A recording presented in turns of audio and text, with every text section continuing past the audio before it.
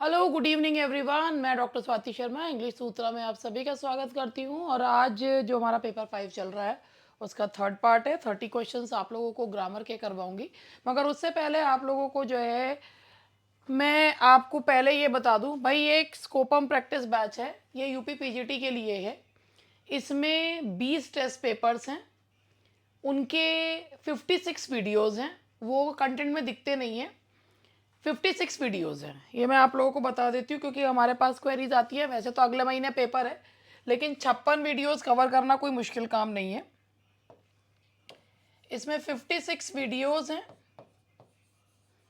और वो वीडियोज़ क्या हैं, वो 20 टेस्ट पेपर्स का एक्सप्लेनेशन है।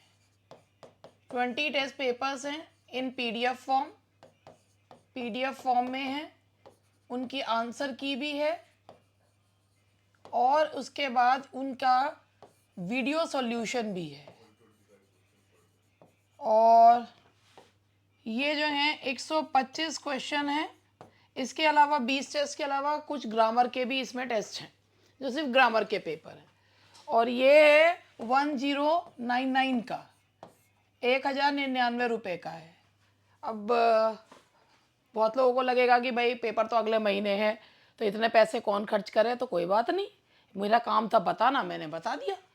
उसके बाद है दूसरा, और कौन सा मुझे बताना है, फिर ये बताना है, ये है यूपी टीजीटी का पेपर जो कि जून में है, उसके लिए हैं। इसमें 72 टेस्ट पेपर्स हैं और वीडियोज इसमें काफ़ी सारे हैं। इसमें 7000 प्लस क्वेश्चंस हैं, वीडियो एक्सप्लेनेशन है और इसमें भी पीडीएफ्स हैं और उनका आंसर की है। और ये है 1000 रुपये का, 7000 प्लस क्वेश्चन है। इसका जो फीस है वो है इसकी ₹1000। ठीक है जी, तो ये है उसके लिए। इसके अलावा ये वाला बैच है, ये जैसे लास्ट ऑफ प्रिपरेशन आप लोगों का भी यूपी पीजीटी का मैं करवा रही हूँ, लेकिन वो तो क्वेश्चन आंसर फॉर्मेट में करा रही हूँ। ये जो बैच है इसमें क्या है, ये जो बैच है आपका, यहाँ पर इस वाले बैच में आपका लिटरेचर प्लस ग्रामर जो है, दोनों चीज़ें हैं। मगर मैं एक चीज़ है, कुछ लोगों को लगता होगा भाई ग्रामर डिटेल्ड में है। देखो भाई, इतनी जल्दी डिटेल्ड में और इतने कम पैसों में नहीं होती है, मैं पहले ही बता के चल रही हूँ। मेरा ग्रामर का बैच है 2100 रुपीज़ का, सिर्फ ग्रामर का बैच है। लिटरेचर ग्रामर का 5500 का बैच है विद नोट्स वाले। ये है करवा, इसमें भी देखो जिस जो क्वालिटी देता है ना, क्वालिटी से कॉम्प्रोमाइज़ नहीं करता। तो इसमें है सब कुछ, लेकिन कंप्रेस्ड फॉर्म में। अभी कंप्रेस्ड फॉर्म ऐसे होती है, जैसे मान लीजिए अभी मैंने टेंसेस करवाए, टेंसेस एंड वर्ब फॉर्म्स करवाई, तो मैंने उसे 3 लेक्चर में क्वेश्चन के माध्यम से पॉइंट समझाए हैं। लेकिन ये मैंने जो है कंप्रेस फॉर्म में 3 लेक्चर्स में टेंसेस करवा दिया। ऐसे ही 2 लेक्चर में मैंने क्लॉजेस वाला पार्ट करा दिया। तो ये है कहने का, इसे कहते हैं कंप्रेस। छोड़ते कुछ नहीं है, करवाते सब है, लेकिन शॉर्ट उसमें करवाते हैं। तो ये बेसिकली उन लोगों के लिए है जिन्होंने थोड़ा बहुत भी पढ़ रखा है, जिन्हें कुछ आता है, उनके लिए ये बैच है। ठीक है। अब बाकी डिटेल्ड हमारे बैचेस हैं ही, डिटेल्ड बैचेस, लेकिन अब इस समय हम किसी को कहते नहीं हैं। एक 5500 का है वो यूपी टीजीटी का, उसमें जो है हमारा सारा ग्रामर लिटरेचर दोनों है, लेकिन ग्रामर लिटरेचर के साथ उसके में नोट्स भी मिलते हैं। उसमें नोट्स के साथ पूरा वीडियो बैच है, लेकिन बहुत सारे वीडियोज हैं, तो स्टूडेंट्स खुद भी ये सोचते हैं अरे आप अब हम कहाँ कर पाएंगे। सिर्फ ग्रामर का है वो 2100 रुपीज़ का है, उसमें भी एक नोट्स जो है मिलते हैं। ग्रामर का बैच है हमारा, वो उसमें भी है। लेकिन अब ये वाला है, ये कंप्रेस फॉर्म में। और ये तो मैंने सच में बता रही हूँ कि ये सबसे कम पैसों का पढ़ाने वाला बैच निकाला है। और न्यू बैच तो कोई लॉन्च करने का अभी अभी जो है ना, मैं आपको ये कहूँ कि भाई जो वैकेंसी आने वाली है उसके लिए हम लोग न्यू बैच लॉन्च कर रहे हैं। वो तब करना चाहिए जब वैकेंसी आ जाए। अब क्या चेंज होगा, क्या चीज़ रहेगी, कुछ पता थोड़ी ना है। अब जो ये सिलेबस ही चेंज हो जाए या इसमें कुछ और ऐड ऑन हो जाए या कुछ हट जाए, तो फिर स्टूडेंट्स ये नहीं सोचेंगे कि भाई हम बेकार में ये पढ़कर जो है हमारा फ़ायदा क्या है। अभी तो किसी को भी नहीं पता है कि उसमें क्या क्या टर्म्स एंड कंडीशंस होंगी। तो इसलिए मैं नहीं लॉन्च कर रही हूँ, क्योंकि मेरे बस की फालतू के काम करने हैं नहीं। इतनी सिरदर्दी क्या लेके करनी ज़िंदगी में, वैसे ही बहुत सारे सिरदर्दी रहती है, ये और ले लो, है या नहीं। तो भाई ऐसे आप लोगों को बहुत लोग मिलेंगे जो कहेंगे कि हाँ आप ले लीजिए, कौन सा कोर्स चेंज होना है, ये है वो है। वो तो दैट्स आपकी अपनी मर्जी है, आपके पैसे हैं, आप कुछ भी कर सकते हैं। और आपको लोग ये भी कह सकते हैं कि आप इसके साथ एक बैच में आप केवीएस की, एनवीएस की, इसकी उसकी पता नहीं, इसकी उसकी इसकी ये भी कर लो, वो भी कर लो, ऐसे भी कर लो, वैसे भी कर लो, ये भी कह सकते हैं। बात ही होती है कि देखो एक बार में एक ही चीज़ की तैयारी ढंग से करनी चाहिए। हर चीज़ का सिलेबस अलग होता है, हर चीज़ का इतना अब कोई पहली बार कोई बच्चा तैयारी करने उतरे और वो सोचो मैं तो जो है ना कम से कम 700-800 वीडियोस लेके, वो एक दिन पढ़ेगा, 2 दिन पढ़ेगा, फिर ओवर स्टफिंग हो जाएगी, फिर नहीं पढ़ेगा। तो मैं ये वाला काम नहीं करती हूँ, मैं करती हूँ सॉर्टेड वे में करती हूँ। ठीक है, चलो अब इस बात को बात खत्म करते हैं। अब आप लोगों का यहाँ पे देखो क्वेश्चंस जो हैं ये आपका टेलीग्राम पे पेपर डल चुका है। आप सबसे पहले क्वेश्चन देखिए, words which belong to the, ये ना वर्ड फॉर्मेशन के क्वेश्चंस हैं, ये हैं वर्ड फॉर्मेशन के। तो ये है words which belong to the original stock of the language and are not derived or developed from other words are called compound words, primary words, secondary derivatives या internal। तो words which belong to the original stock, जो original stock को belong करते हैं उन्हें क्या कहा जाता है? जो words original stock को belong करते हैं उन्हें कहते हैं primary words। Now let me give you some examples of primary words as well। कि प्राइमरी वर्ड्स के एग्जाम्पल मैं आप लोगों को बिल्कुल देना चाहूँगी, आप चाहे लेना चाहें ना लेना चाहें, मगर मेरा मन कर रहा हो तो मैं तो दूंगी।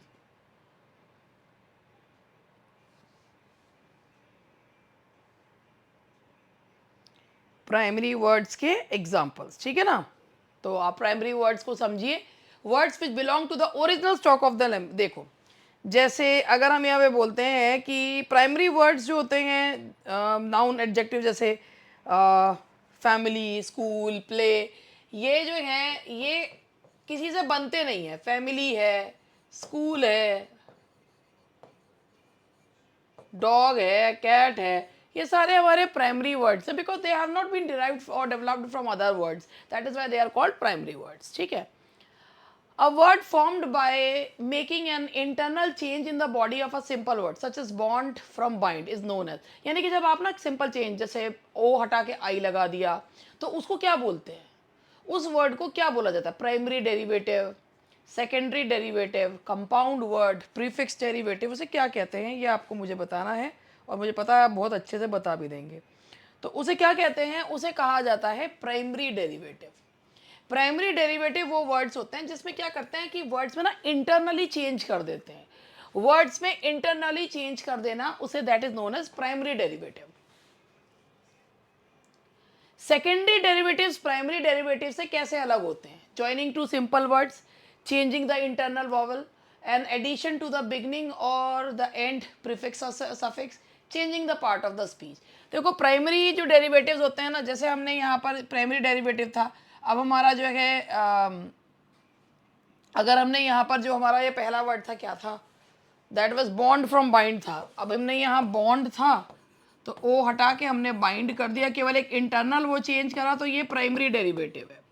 अब जो सेकेंडरी डेरिवेटिव होते हैं ना उनमें हम क्या कर देते हैं? प्रीफिक्स से सफिक्स लगा देते हैं। ठीक है, तो यहाँ पर अगर हमने यहाँ पर रिपोर्ट लगा दिया तो जो प्रीफिक्स या सफिक्स लगा देते हैं ना तो वो चीज़ क्या हो जाती है? दैट इज सेकेंडरी डेरिवेटिव्स जो हैं वो कहलाते हैं। नेक्स्ट क्वेश्चन है आपका, identify the primary derivative formed from the word speak. अभी मैंने आपको बताया कि आपको लग रहा होगा सारे ही एक से हैं, स्पीकर भी हो सकता है, स्पीच भी हो सकता है। अब यही चीज़ तो समझनी होती है और क्या, कि इंटरनली आप प्रीफिक्स से सफिक्स मत लगाओ, उसको एडजेक्टिव नाउन वगैरह मत बनाओ। अब स्पीक है, इंटरनली चेंज करा आपने, इसमें लगा दिया स्पीच, ये है आपका प्राइमरी डेरिवेटिव। इंटरनल चेंज जो होता है ना उसको बोलते हैं। Which of the following is a verb formed from an adjective through a primary derivative? अब देखो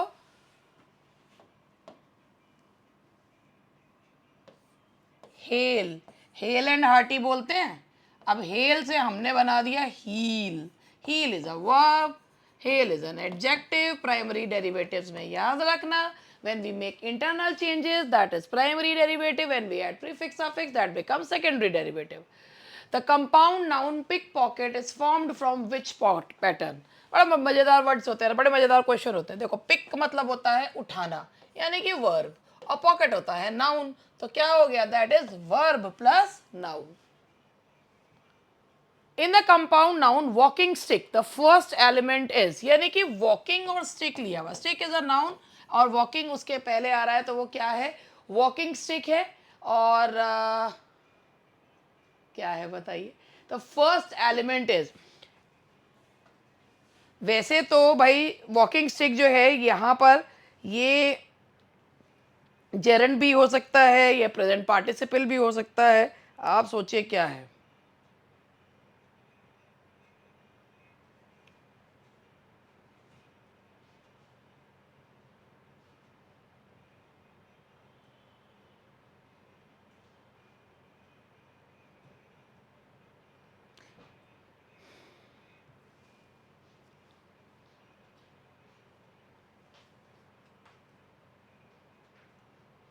देखो, अब मैं आपको इसके बारे में समझाना चाहूंगी. ये क्वेश्चन एक बार मैंने पहले भी पूछा था, तो मेरे स्टूडेंट्स ने भी इसी चीज को कहा था, तो मैं यहां पर बताना चाहूंगी.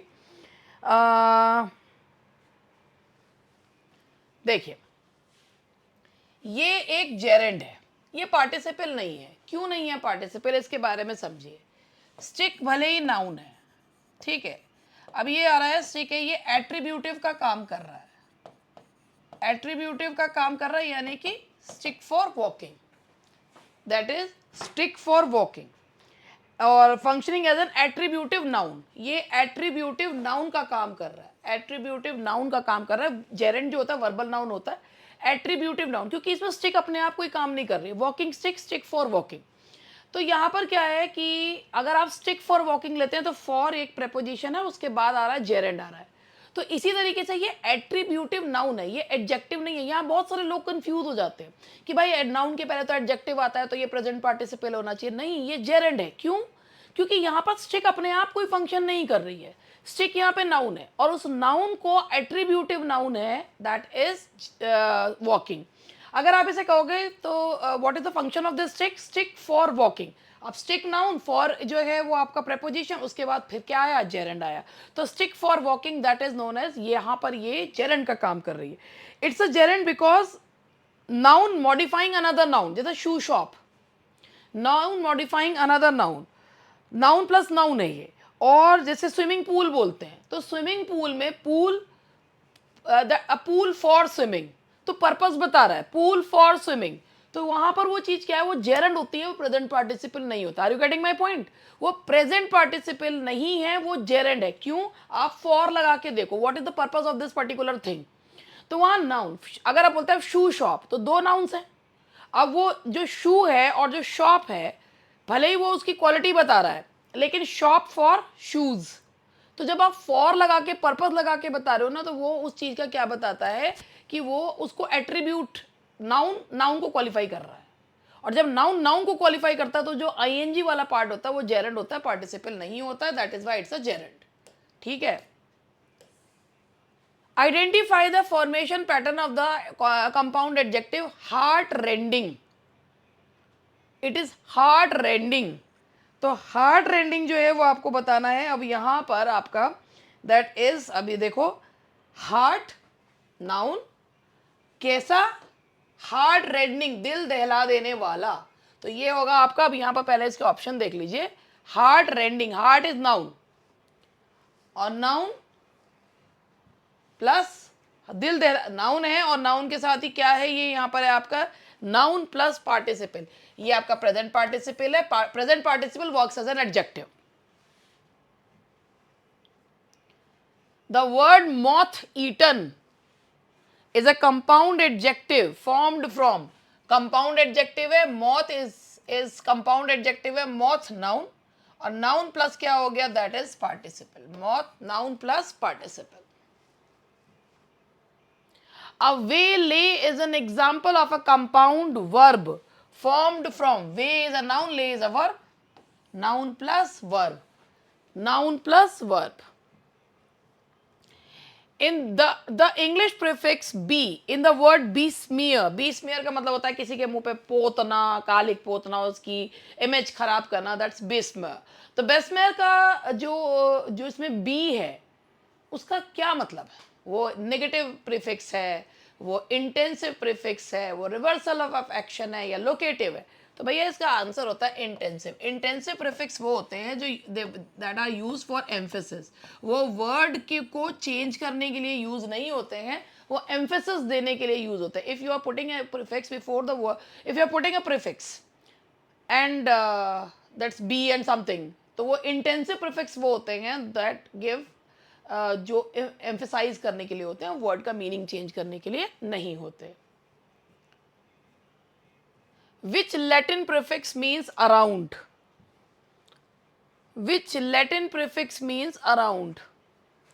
Around होता है circumlocution बोलते हैं ना, circum, that is circum। बातों को गोल गोल क्यों घुमा रहे हो? In the word anticipate, the prefix Latin prefix anti means होता है before।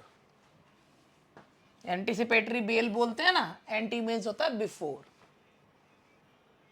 The Greek prefix apathy और अथीस्ट, आप ए लगा देते हो प्लस थीस्ट के आगे। थीस्ट का मतलब होता है the one who believes in God, atheist मतलब होता है the one who doesn't believe in God. तो विदाउट और नॉट, दैट इज विदाउट और not. Identify the meaning of the Greek prefix meta. Meta का मतलब होता है to change over, that is implying change, that is implying change. The suffix dum in freedom, wisdom denotes, ये suffix है, तो freedom और wisdom ये state, condition या domain बताते हैं, in a state, condition या domain. Which of the following is a diminutive suffix used to form the word hillock? Which of the following, देखो भाई पहले डिमिनुटिव सफिक्स देखो। डिमिनुटिव सफिक्स का मतलब होता है टू शो, कम कर देना, कम करने के लिए यूज करते हैं। जैसे पिग में जोड़ दो पिगलेट, तो बच्चे के लिए वो डिमिनुटिव सफिक्स होता है। किसी ना जैसे निकनेम्स के लिए यूज करते हैं, शॉर्टन करने के लिए करते हैं। तो जैसे ना डक का डकलिंग, तो बर्ड का बर्डी, तो जैसे ये है ना, जैसे यहाँ पे हो गया डक, तो डक का डकलिंग कर दिया, तो इसे छोटा कर दिया ना, पिगलेट कर दिया। और ऐसे ही आई है तो बर्डी कर दिया, लिटिल बर्डी। तो जो है ना छोटा सा बच्चा सा नन्ना मुन्ना सा दिखाने के लिए, तो हिल बड़ी पहाड़ी, हिलॉक छोटी पहाड़ी, तो ये होगा that is diminutive, that is diminutive suffix. The suffix n in the word golden or wooden means, golden और wooden, gold से बना हुआ, wood से बना हुआ, made of gold, made of gold, golden, wooden, तो that is made of. To form a transitive verb from the adjective weak, which suffix is used? Weaken, that is weaken. He weakened the enemy. The suffix double e as in employee or trustee is of origin dash, is of dash origin and usually denotes the person who, French है ये, that is French. Double E जो है ये French origin है, इसका मतलब होता है कि जो एक्टिव पार्टिसिपेशन नहीं करते हैं, एम्प्लॉई है या ट्रस्टी है, there share is passive. The Latin root bellum is found in the word bellum. Bellum जो है वो किस में मिलता है आपको? दैट इज बेलिजरेंट, लड़ाकू, that is belligerent. What is the meaning of the Latin root omnis? Omne, omnipotent, omniscient, that is all powerful. The Greek root chrono, chrono से क्या है? Chronology, chronology समझिए, तो chrono का हो गया that is time, chrono is time. In the word philanthropy, the Greek root phila means, phila का मतलब होता है love, फिला मीन्स होता है लव, तो और एंथ्रोप मतलब होता है human being, love for mankind, that is philanthropy. Mis मतलब होता है hate, misanthropy, hate for mankind. Misogynist, जो मिसोजिनिस्ट, हेटर ऑफ विमेन, और misogamist, the person who hates marriage. The root logos in catalogue और डायलॉग, लोगो, लोगो मीन्स होता है that is word और speech, that is word और speech. When adding the suffix ing to words, ये है ना आपके spelling rules है. When adding the suffix ing to word ending in I like die, the spelling changes to dying. अगर आप उसमें die में जो है आप क्या जोड़ते हैं ing, तो ये जो है y में चेंज हो जाता है, ie y में चेंज हो जाता है और जाता है ie changes into y, तो dying, that is dying. Why is the e retained in singing but dropped in singing? सिंजिंग में रहता है मगर सिंगिंग में हट जाता है, क्यों? To avoid confusion with the word singing. One syllable words ending in a single vowel plus single consonant, it's big. The consonant before a suffix beginning with a vowel, that is begged. Double हो जाता है तो consonant double हो जाता है. Which of the following is an exception to the rule of dropping a silent e before suffix beginning with a consonant? तो ये है आपका that is, वैसे हम e रखते हैं, है ना, तो लेकिन इस वाले में ट्रूली में ये होता है कि इसमें से एक्सेप्शन होता है, ड्रॉपिंग द e जो है इसमें से हम e हटा देते हैं. The word abet, to encourage in ill, is a primary derivative of which word? abet. देखो, to encourage, अब बताओ किस चीज का मतलब जो होता है लालच. लालच जो है इनमें से बेट, बीट, बेट, बाइट किसका होता है? और ये आप सबको मुझे पता है, पता होना चाहिए. बेट, दिस इज अ बेट, तो लालच के लिए वर्ड यूज करते हैं बेट. तो यहाँ पर आप लोगों का जो है ये पेपर ख़त्म हुआ फाइनली, और 30 क्वेश्चंस थे, लो एक ये 5th पेपर में 130 क्वेश्चन कराए हैं. That's all for today, bye bye.